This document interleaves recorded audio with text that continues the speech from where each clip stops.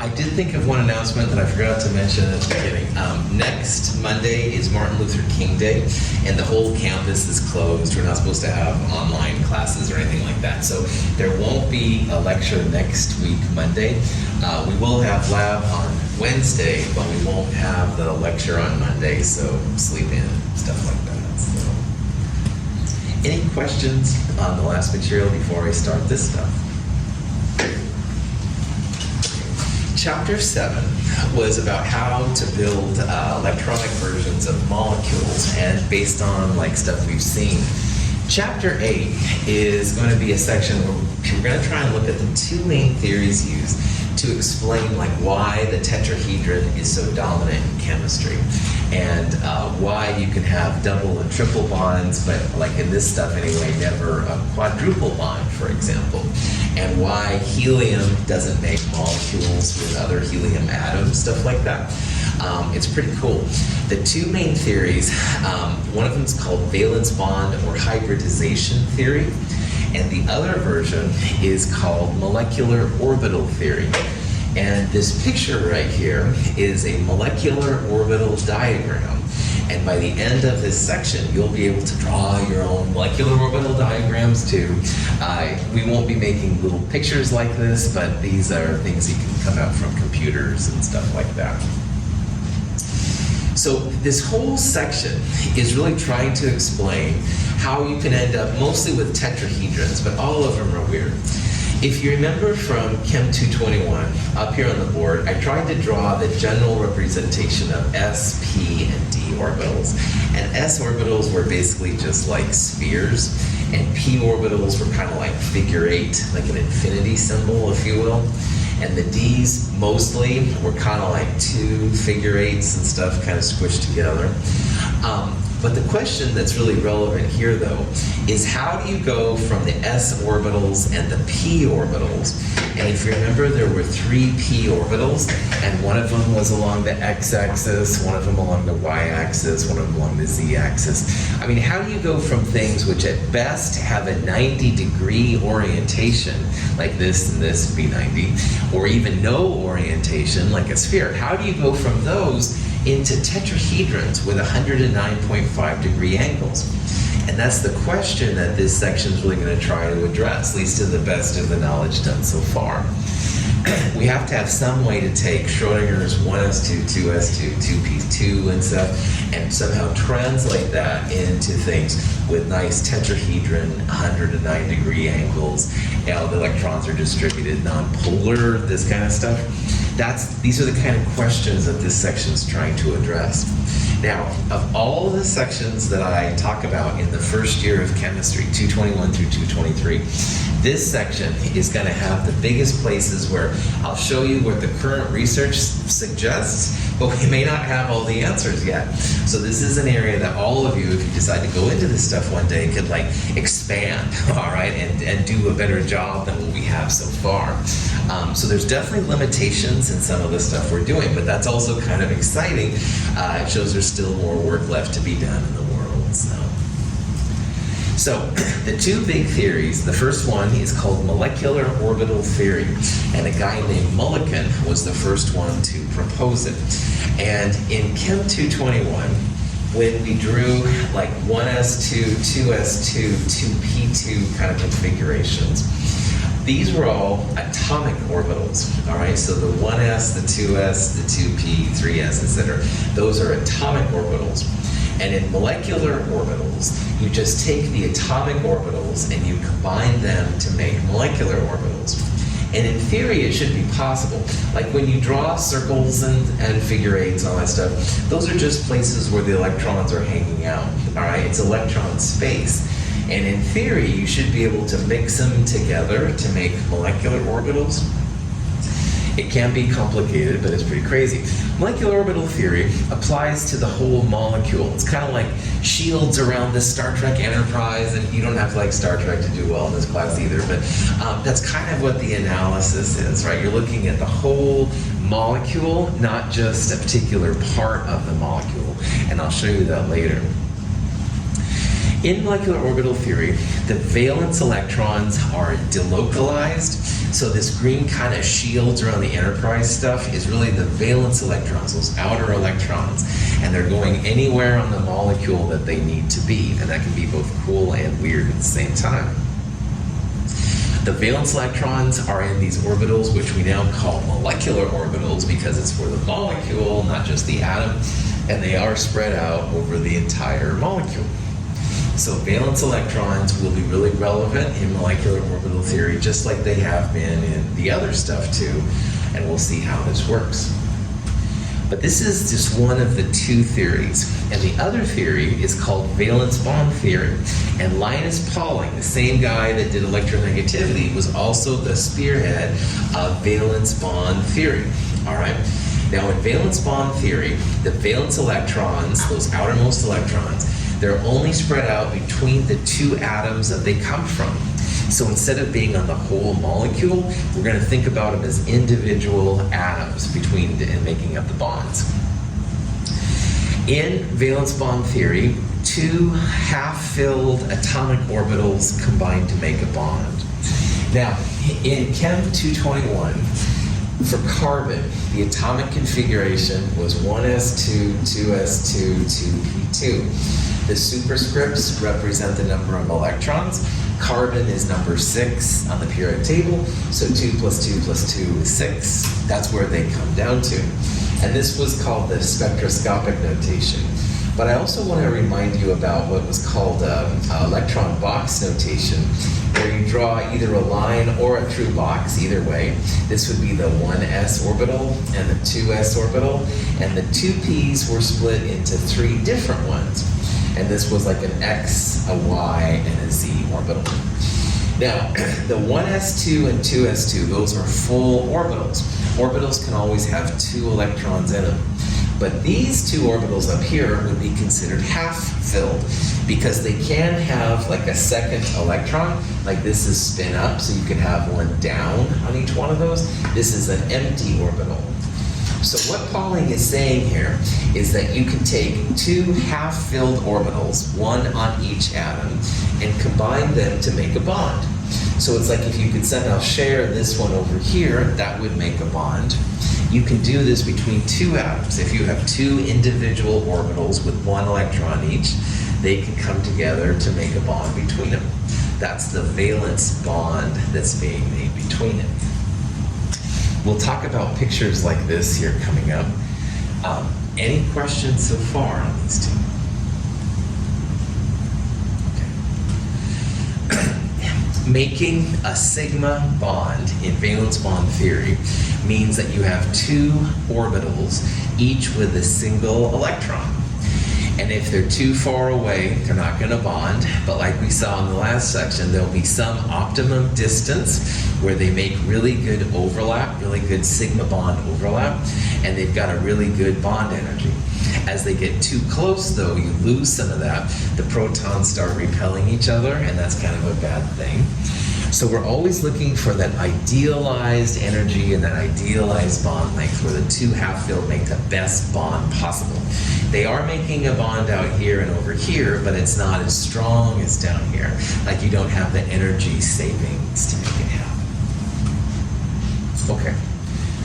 The energy of 2 atoms varies with distance, according to the interplay of the attractive and repulsive forces between them. This is the same video I showed earlier, which normally would have been a different day, so sorry about the overlap. But anyway, over here, there's not a lot of overlap because they're too far away. Over here, the atoms are too close. You start having protons repel, electrons repel, but you want that idealized energy where it comes together just right. Now, you can make these ultimate bonds with more than just s orbitals. Like these are s orbitals, they're spheres, all right? And the spheres come together to make the best overlap possible. You can have s's and s's make good s orbitals, sigmas. You can have, though, an s and a p orbital. So in the carbon I drew over here, like you could take one of these individual 2p orbitals and smash it in with a hydrogen to make a sigma bond. And that's actually what we're going to see happens with HF. But you could also have 2p orbitals come together to make a sigma bond. So this whole slide is just to show you that when you make that sigma bond, that smashing together of orbitals, you need an S and an S and a P, or two P's, all right? And the S's and P's, or whatever that overlap, each of them will have one electron. And when those two electrons come together, that's what makes the single bond, the sigma bond we talked about last week. All right. So in this section, all right, we're going to compare valence bond theory to molecular orbital theory. And before we start getting big into valence bond theory here in a little bit, I want to just think about it as an overview. Valence bond theory is really cool when Chem 104 students ask me questions in the hallway, assuming the hallways are accessible and there's more people around, but anyway, I digress. If someone just comes into me off the street and says, "Hey Russell, what kind of a bond is between BF?" Valence bond theory is awesome because I can do it in the back of an envelope. That's a science term. That means you can do it without calculators and computers. You can kind of figure it out on your own, at least a rough value, and move on from there. So valence bond is really cool, but it doesn't have the versatility or the power of molecular orbital theory. And we're going to see that MO theory is by far cooler than Linus Pauling's valence bond theory. And I like Linus Pauling a lot, but valence bond really does pale compared to MO. However, the MO theory, to even do even remotely similar kind of things, takes very powerful computers, like quantum computing they talk about sometimes. Molecular orbital theory would be a great place to apply quantum theory. It's very, very complicated.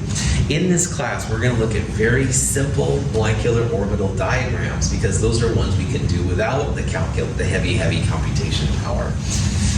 One day, my goal is that you'll all have a TI 2000 calculator or something equivalent, and you can plug this stuff in and out will come the answers. Not quite there yet. So in the meantime, we're using valence bond for kind of day-to-day kind of things, and we'll use molecular orbital theory, which is much more powerful for more complicated interactions. Questions on that? Okay, so we're going to start with valence bond. This is something we can do just back of the envelope. And here's the kind of question you might see, all right? Boron trifluoride, all right? Now, boron has 5 electrons total. If you look on the periodic table, boron is number 5, so that means 5 protons, neutral atoms, 5 electrons. And those 5 electrons, they always start in the 1s, so 1s2, 2s2, just like over here with carbon I drew. And for boron, there's one more electron, so it goes in the 2p1 area. So we would say that boron is 1s2, 2s2, 2p1. And the question is, how do you go from s's, which have no angles whatsoever, and p orbitals, which are at best 90 degrees from each other, how do you go into something which is the planar triangle or trigonal planar geometry? And this is flat, like we talked about in the last chapter, but the angles are 120. And how do you go from the raw atom to something like this? How does this happen? And this is where valence bond theory can help out. So again, to kind of summarize, how do you go from 1s2, 2s2, 2p1 boron with almost no angle information to 3 bonds that are 120 degrees apart? All right? How do you go from things that are spherical and 90-degree p orbitals to 120? And the theory that Pauling said is that what happens is when these things get in the right environment, the orbitals mix together. And he called it orbital hybridization. And hybrid just means, like, if you will, a mixture of 2 or more different pieces coming together. And when boron is around the 3 fluorines, the fluorines are very electronegative, so they start messing with electrons. You end up with what he called hybrid orbitals. And the hybrid orbitals will align themselves at 120 degrees because they're trying to keep the fluorines as far apart from each other as they can. Negatives will repel, so you want to keep them as far apart as you can. So they naturally, he claims, go into trigonal planar 120 degree things. So in Pauling's rationalization, all right, he said, okay, you've got to make this molecule. We got to keep the fluorines as far apart from each other as they can. We're going to make hybrid orbitals on the central atom, the boron, to make that happen. So valence bond theory, it's all about the central atom, all right? The central atom changes, it hybridizes to allow connections with the outside atoms. And that'll be important to us here in a little bit. So, boron has 1s2, 2s2, 2p1. The 1s electrons are core electrons. We talked about those last week. They're so deep in the atom, so close to the nucleus, that they're not involved in the actual bonding. Boron also has 3 valence electrons. If you remember, the Roman numerals at the top represent the valence electrons. So boron is in group 3a, so that means 3 valence electrons. So in boron, those 3 valence would be the 2s2, 2p1. And what Pauling said is you take the atomic version and you hybridize it. You get it ready for bonding with other fluorines. And what happens is each of those electrons goes in its own orbital. Now notice that we started with 4 orbitals. 2 of them were blank, but they're still there. 4 orbitals, a 2s and 3 2p. And in this particular molecule, we end up with 3 hybridized orbitals. And hybridized means they're all the same energy and they all have a single electron. There's also an unused p orbital. We'll talk about how we can use that later. But hybridization just means basically you do some magic and the 4 atomic orbitals become 3 hybrid orbitals and 1 empty unused orbital. Questions? Okay. If you can hybridize it, then this kind of makes sense. So instead of having big spherical S's and weird figure P's and stuff, you end up with 3 hybrid orbitals. And these little pictures right here, which looks kind of like little mushrooms to me, but that's my own weird imagination, that's a picture that people have been able to mathematically determine is what a hybrid orbital around boron looks like. So this is a hybrid orbital, this is a hybrid, and this is a hybrid. Now, each of these little mushrooms holds 1 electron. So they're called half-filled hybrid orbitals because they only have a single electron. And they can bond with something else coming outside. So fluorine has a 1 singly occupied orbital. If you remember, fluorine was a 2p5, not 2p6. So one of the orbitals has just a single electron. And that single orbital electron bonds with one of the hybrid orbitals to make the nice sigma bond that keeps the BF3 all together. So, and keep them far apart from each other. 120 degrees is the farthest apart that they can be. That's what Vesper was all about. Good to go. Prop that off. If everything I've said for the last 5 minutes is wah, wah, wah, wah, wah, wah, like in peanuts, I apologize. Hybrid orbitals and molecular orbital theory can be a little weird, but here's kind of the punchline. Somehow scientists have to rationalize how boron gets to be trigonal planar. And so what they do is they take the valence electrons, the ones that you figured out from the group number, and they hybridize them. And they want to basically make it so what it looks like in the molecule. So in the valence bond theory, people would say that the boron, the central atom, is hybridized to make this trigonal planar piece. And most of the hybrid orbitals only have a single electron. They can bind then with other atoms that also have a single electron in an orbital to make that sigma bond connection. That's kind of the punchline of valence bond theory. Off that back on. Questions? Okay. I'm going to show a video here in a little bit of boron trihydride, which is similar to boron trifluoride. It just is hydrogen. Here's the fluorine. And fluorine, if you remember, is 1s2, 2s2, 2p5. And on the 2p5, if you drew the 3 2p orbitals, always P's have 3 orbitals. 1, 2, 3, 4, 5. This one orbital has a single electron in it. And that's what the yellow part is. Like, you can think about the down arrow as belonging to the fluorine. On the other hand, each of these blue things here, that's one of the hybrid orbitals around boron. So instead of boron being 2s2, 2p1, you end up with 3 singly occupied hybrid orbitals. So this arrow belongs to the blue boron hybrid. And if you have an up and a down electron coming even from different atoms, that's what a sigma bond is. They smash together, they make a handshake connection between them. That's what makes the BF3 possible. If you have a trigonal planar electron pair geometry, we will start referring to these as sp2. And where this comes from, sp2 means that you have 1 part s and 2 parts p. We didn't use the 1 orbital here, all right? So that orbital is exempt. So the 3 sp2 orbitals is what we're using here, and we would refer to the boron as sp2 hybridized. Now this little video is just showing here the boron hydrogen. You could think about it like boron as having the 3 electrons and hydrogen having 1. But if you redo it, you want to keep them as far apart from each other as they can. This is where the trigonal planar comes from. This is something else in organic chemistry, don't worry about that. But they want to get as far apart from each other as they can, so it's 120. Okay, so prop that off.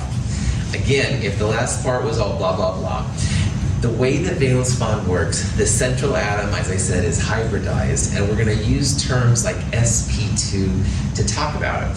And then if Jonas says, oh, I've got an sp2 atom, I know that it's going to have like a trigonal planar part around it. The outer atoms don't have sp2-like terms. They just use their atomic orbitals. And if you remember from Chem 221 where those individual atoms are, good to go. Drop that back. Questions? Okay.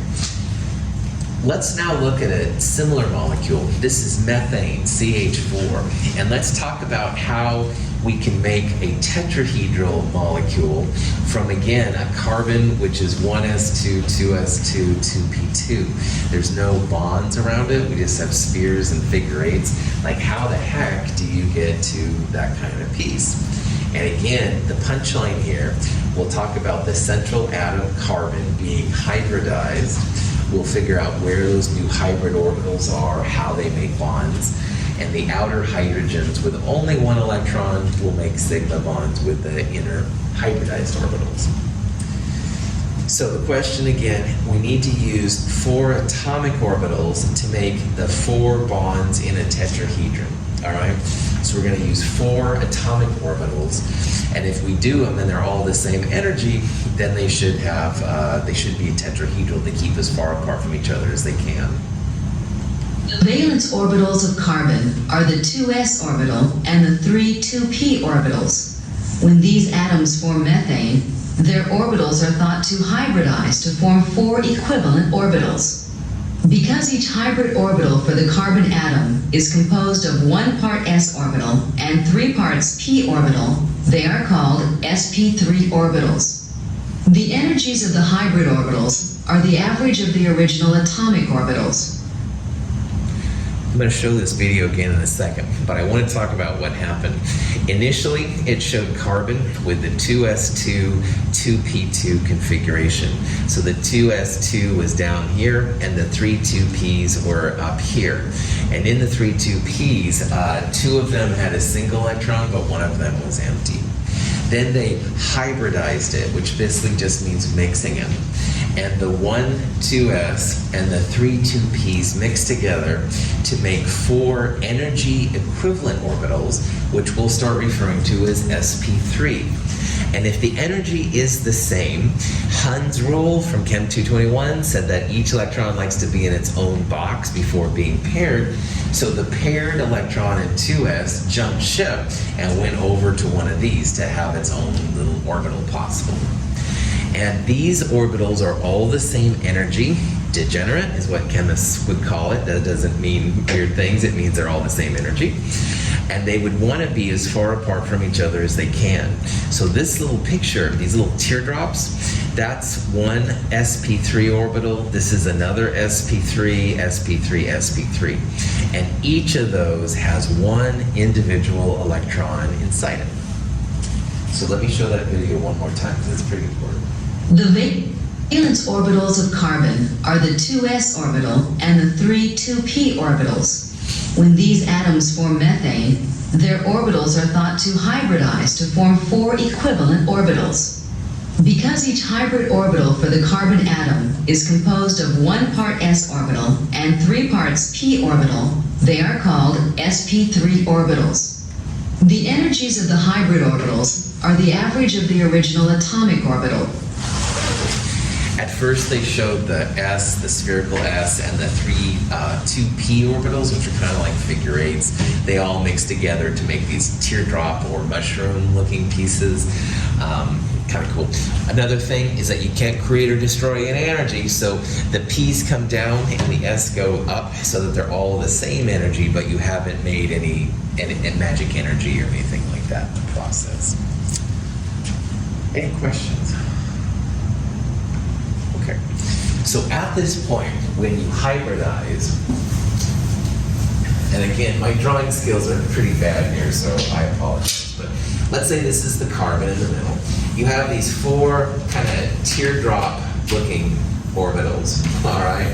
And this is pretty bad, but they're all going to be as far apart from each other as they can because they all have a single electron in them. And each of those is an sp3 orbital. So we would say that carbon has been hybridized and carbon has 4 sp3 orbitals on it. A methane molecule forms when 4 hydrogen atoms form sigma bonds to the sp3 hybrid orbitals of the carbon atom.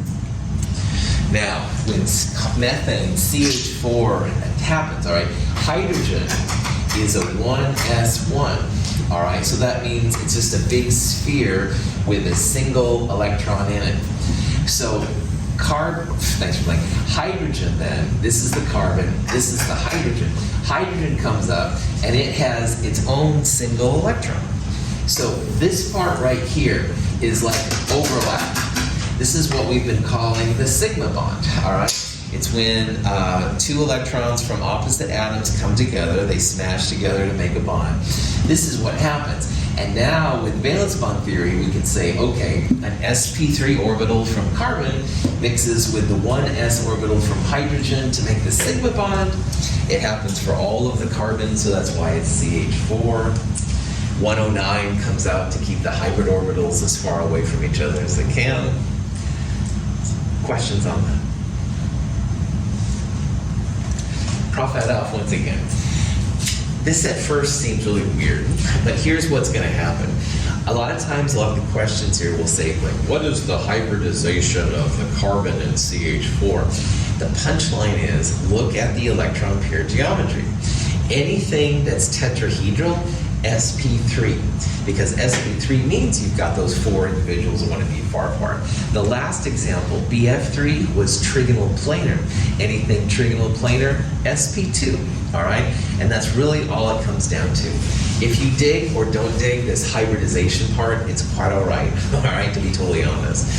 Because it's a little weird, and honestly, I don't think the math is that great behind it to really justify it. That's my personal theory. And I love Linus Pauling, by the way, but I've never been convinced. But anyway, the important part here is that you can say that something tetrahedral is sp3 hybridized, and that's what allows you to understand how 2s2, 2p2 can become 4 equivalent tetrahedral orbitals, which is pretty cool. It's a great step in understanding at least how bonding occurs.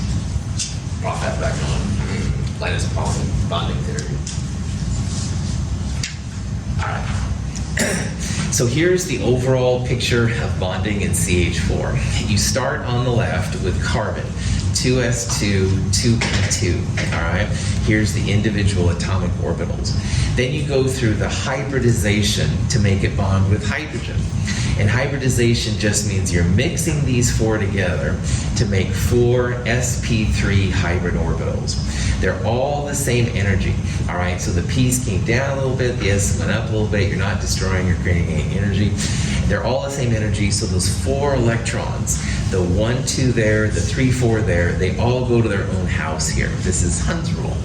And each of those little teardrop things, like, or mushrooms, whatever, they're going to be 109. So the hydrogens come in with its 1 electron. It binds with one of these hybrid orbitals to make the sigma bonds. CH4 looks like this. Cool. This is what valence bond says. It would claim that carbon is sp3 hybridized. Any questions? Like I said, the punchline is to look at the electron pair geometry. And the electron pair geometry will tell you the hybridization term to use. So anything tetrahedral, sp3. Anything trigonal planar, sp2. If you have an octahedral system, those are called sp3d2, sometimes d2 sp3, same thing. Trigonal bipyramids, sp3d or dsp3, etc., etc.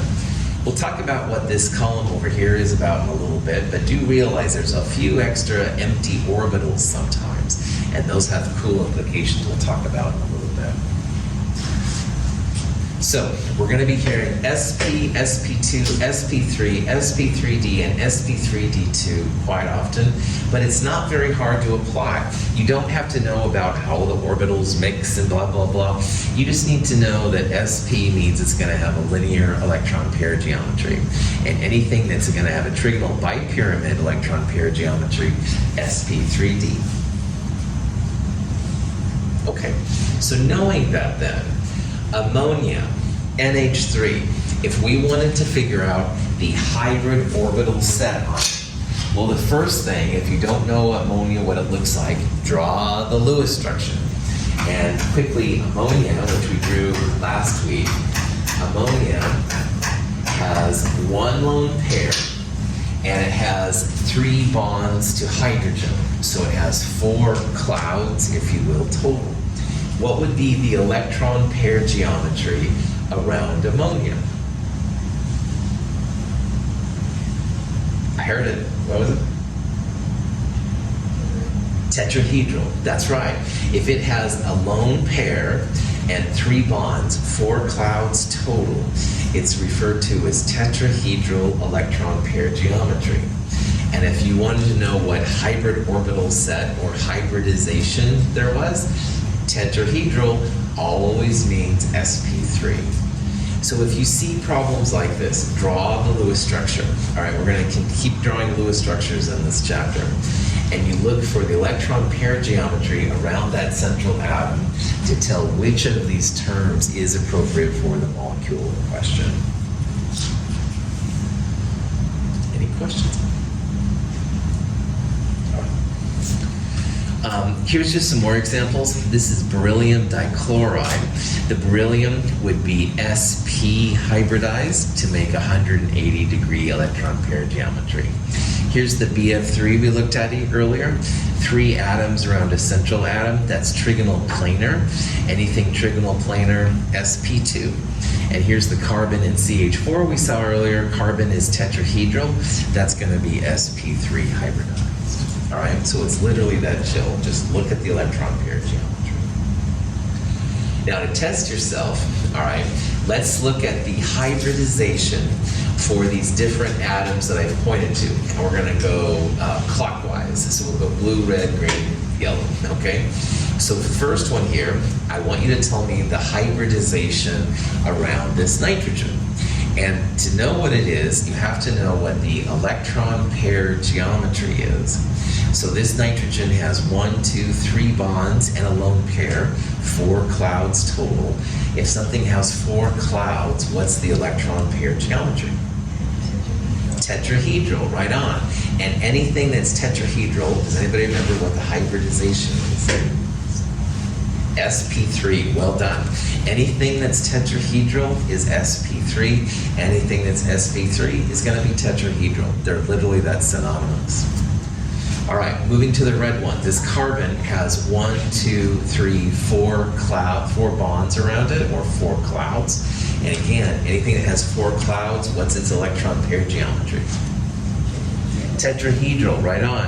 And tetrahedral will always be sp3. Okay? So we're just moving around. Now, this one's in a slightly different environment. It has a double bond and 2 single bonds. Double bonds count as a cloud. So this is 1, 2, 3 clouds around this carbon. What do you call the electron pair geometry when you have 3 clouds around a central atom? Trigonal planar, well done. 3 clouds would be trigonal planar, like the BF3 we saw earlier.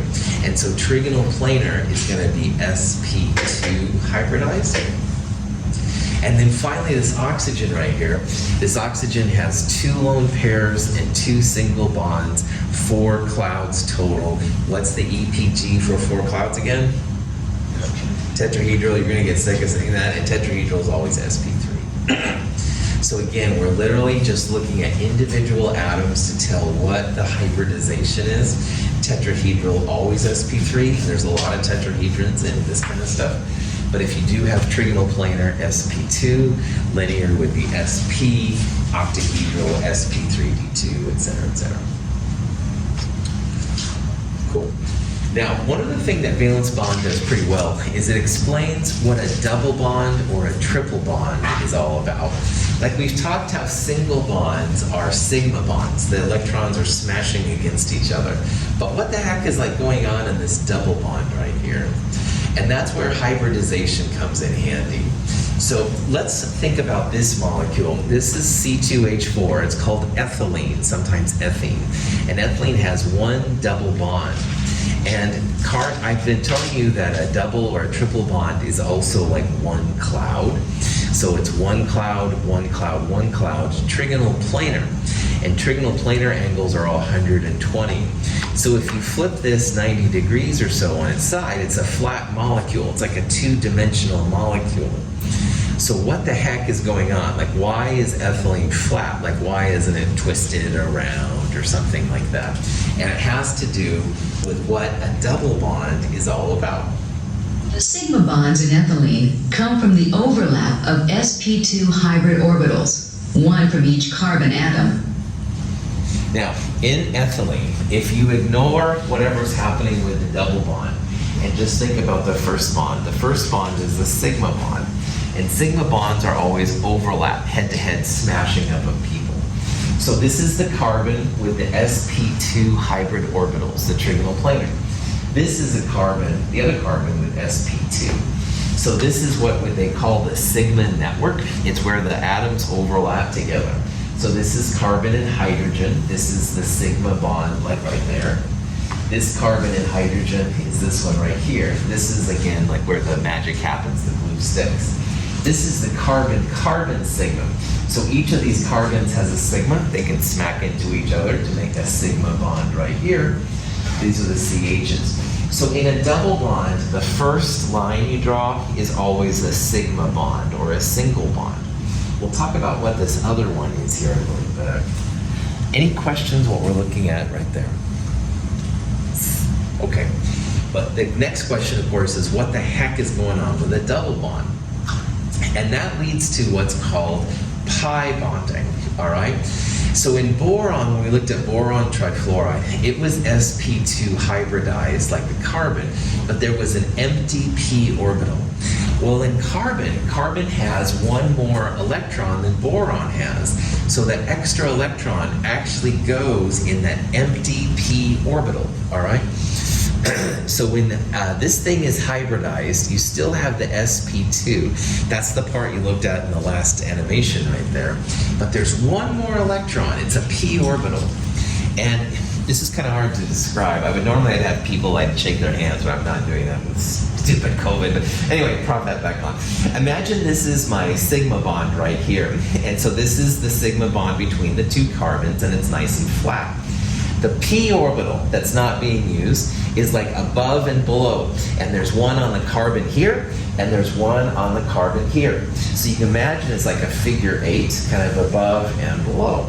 And there's one electron in each of those p orbitals. And that electron is what's going to end up making a pi bond. And this is a really trippy kind of thing. But those two p orbitals that are sticking up, they talk above and below the molecule, all right? So again, my sigma network is in the middle, and I've got a p orbital here and a p orbital here. The pi bond is both in information electrons being shared above and below that sigma bond. So I like to talk in this section about the sandwich, all right? And the sandwich has a sigma bond in the middle. Now, I'm a vegetarian, all right, so I'm not gonna say it's got meat in my sandwich, but you can put whatever you want in your sandwich. But let's say my sandwich has peanut butter and jelly. The peanut butter and jelly is in the middle, and the pi bond is the bread. It's the bread both above and below the peanut butter and jelly, all right? So a pi bond has two parts, one above and one below the quote-unquote peanut butter and jelly meat of your sandwich, all right? That's what makes that molecule flat. It's got literally electrons above and below that carbon-carbon interaction. It's a really wild thing, man. So that's what kind of happens. So these are horrible pictures. These are the orbitals from the sp, the kind of teardrops. This is the above and below part on each carbon.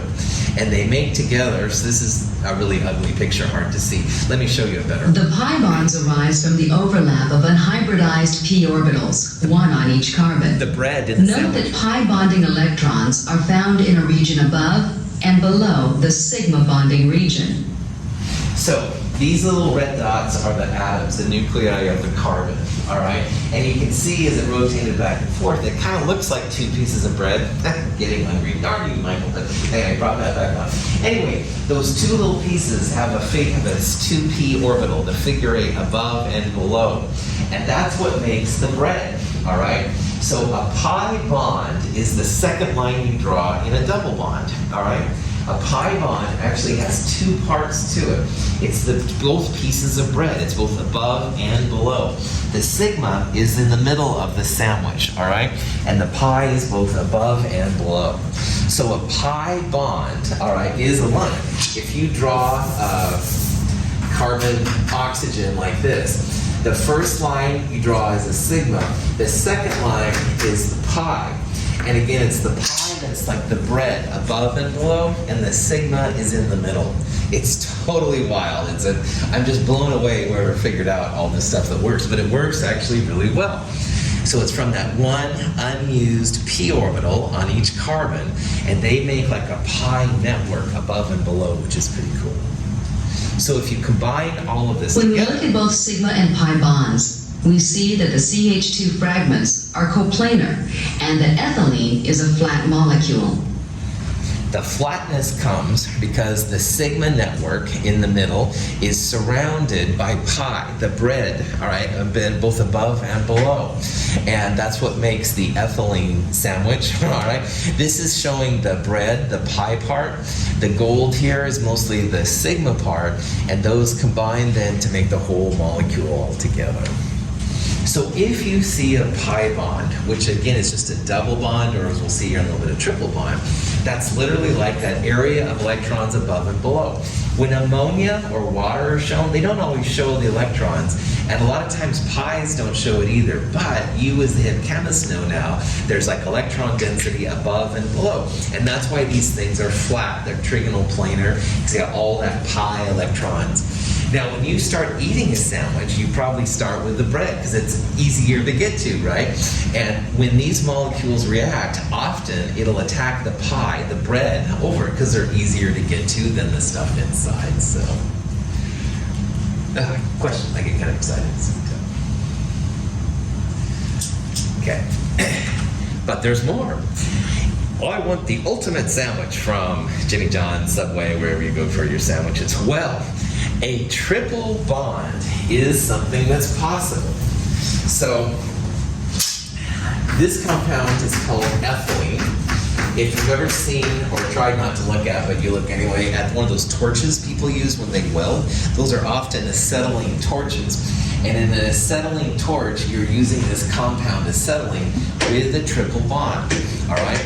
Well, acetylene, if you're going to draw the molecule, the first line you draw is a sigma. That's again like the meat, if you will, the sandwich. Then you would draw an additional pi bond, which would be like a set of bread, but you actually have two sets of bread in this particular sandwich. So I'm going to fail horribly here with my demonstration, but with a triple bond, you still have the sigma network in the middle. The first pi bond is bread above and below the sandwich, if you will, but a triple bond means you have a second set of bread. So in addition to above and below bread, you have a left and a right bread. This thing is like almost covered with bread. Here's like the bread pieces, and again, I'm failing miserably. This is like above and below, and this is like left and right. And in the middle right here, then, you've got this sigma network kind of happening. So triple bonds have one sigma and two pi's in them. It's like 4 slices of bread. But remember, a pi bond means you have 2 slices, so that's only 2 pi bonds. Yes? So in order to have a triple bond, you would have to have 2 unused p orbitals? Yes, that's right. Exactly. Outstanding. Absolutely. Yeah, you've got to have 2 things that can make 2 bonds on each atom and stuff like that. Absolutely. Yeah. So you'll see the sp hybrid, which is what you have when you have linear, means you've got 2 hybrid orbitals, but you also have these 2 unpaired ones that can make the pi bonds. Outstanding. Excellent. Other questions? Prof that off. Wah, wah, wah, wah. If it's happening, again, I'm sorry. But so let's kind of backtrack a little bit. Sigma is always the first line you draw in a Lewis structure. They come head to head, smashed together. We're now talking about how to make why double bonds and triple bonds happen. A double bond is 1 sigma and 1 pi, and pi means bread like above and below.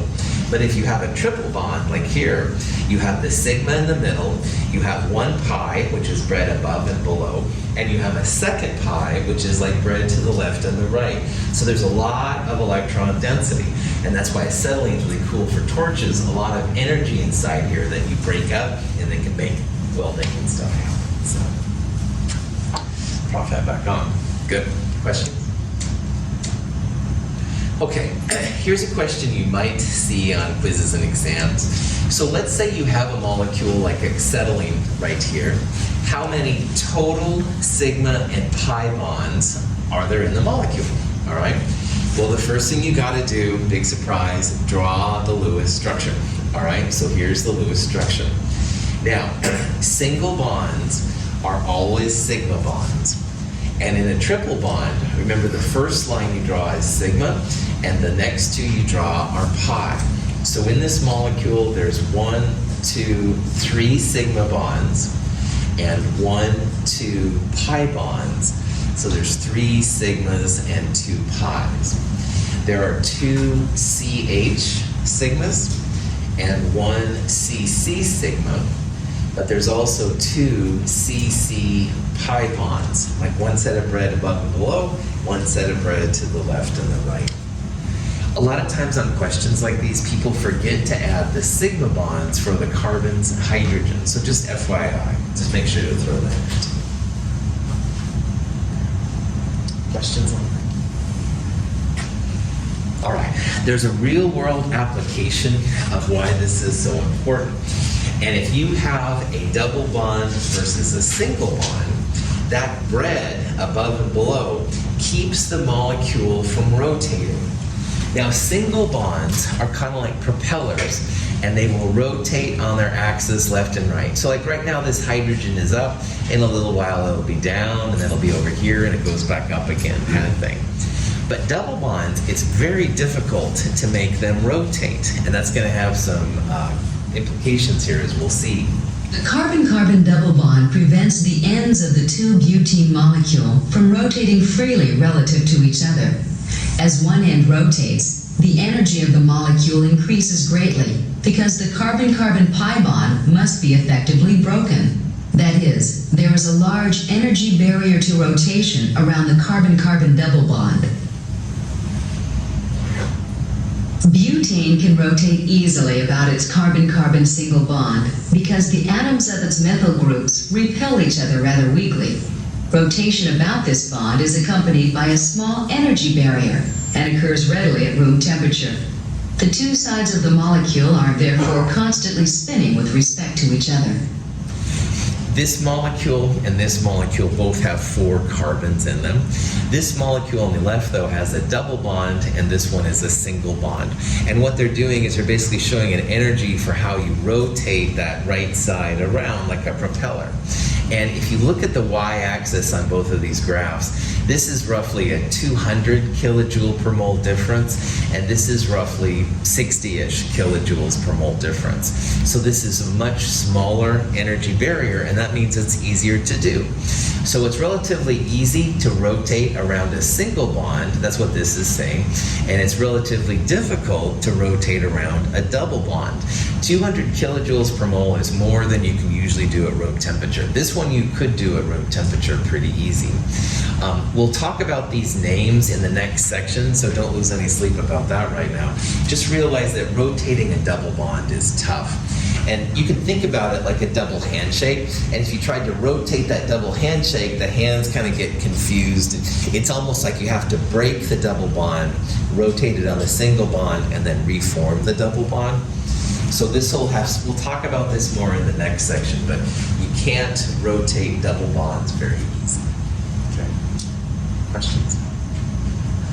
All right, this is going to be a good place to stop and take a break. It's about 10:51, so 10:56 or so, we'll start up again, and we'll talk about the other version of bonding, which is molecular orbital theory.